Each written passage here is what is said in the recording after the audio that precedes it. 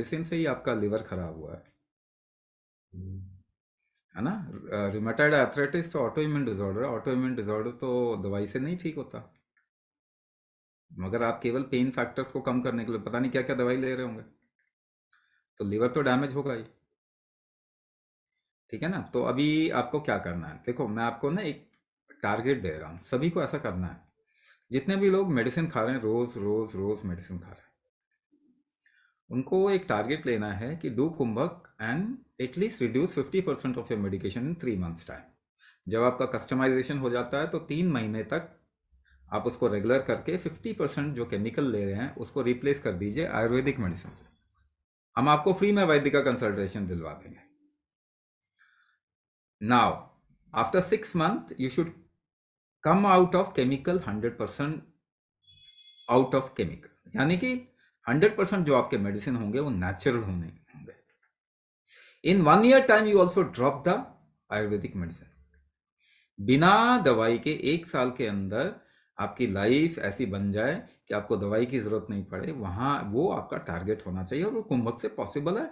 हमारे पास हजारों हजारों एग्जाम्पल है, प्रूफ है हमारे पास।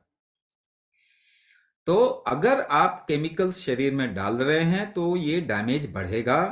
कोई भी एक पेशेंट पकड़ लो जिसको मल्टीपल इशू है, उसकी शुरुआत एक मेडिसिन से ही हुई थी। उसको जाके आप पूछिए, आपकी लाइफ बताइए कब आपने दवाई शुरू की और आज कितनी दवाई खा रहे हैं।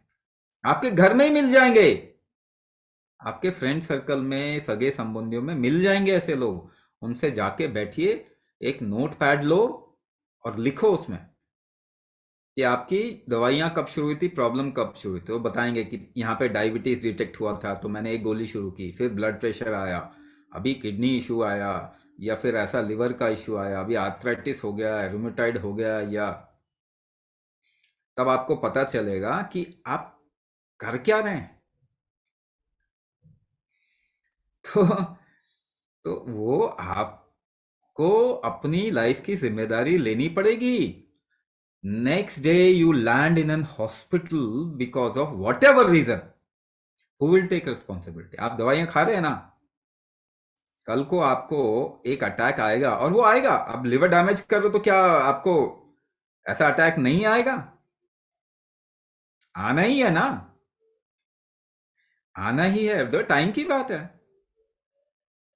किसी को 2 महीने बाद आएगा, किसी को 2 साल बाद आएगा, बस इतना ही फर्क है। तो अगर आप इस शरीर को नुकसान दे रहे हैं तो आप ये नहीं सोच सकते ना कि आपकी लाइफ अच्छी हो जाएगी। So you have to come out of medication by empowering your body. ये टारगेट होना चाहिए आपका कि 1 साल के अंदर मेरी कोई बिना दवाई के मेरी लाइफ चले और मेरे सारे रिस्क आगे के कम हो जाएंगे।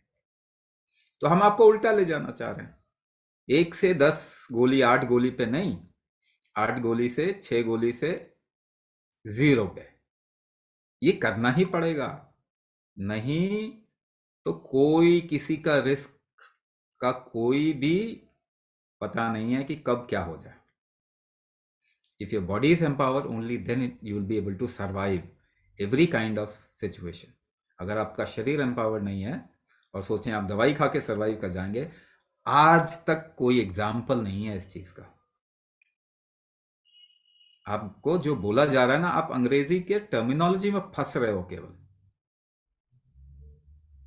लिवर खराब हो गया, लिवर ट्रांसप्लांट करा लो। घुटने खराब हो गए, घुटने ट्रांसप्लांट करा लो। किडनी खराब हो गया, किडनी ट्रांसप्लांट करा लो। हार्ट खराब हो गया, हार्ट ट्रांसप्लांट करा लो। अरे भैया ठीक क्या करते हो? ठीक तो कुछ नहीं करते जी, और बोल्ड होके बोलते हैं ठीक तो करते नहीं। क्यों? क्योंकि पेशेंट आ रहे हैं ना, पैसा तो कमा रहे हैं ना, उनको रिस्क है। एक दिन के लिए उनका सारा सिस्टम बंद कर दो, उसके बाद अपने आप ही सही चीजें बोलने लग जाएंगे। लेकिन क्या करें, अभी मोमेंटम बहुत ज्यादा है इस चीज का। But the day you will get empowered, wrong things will stop in the world.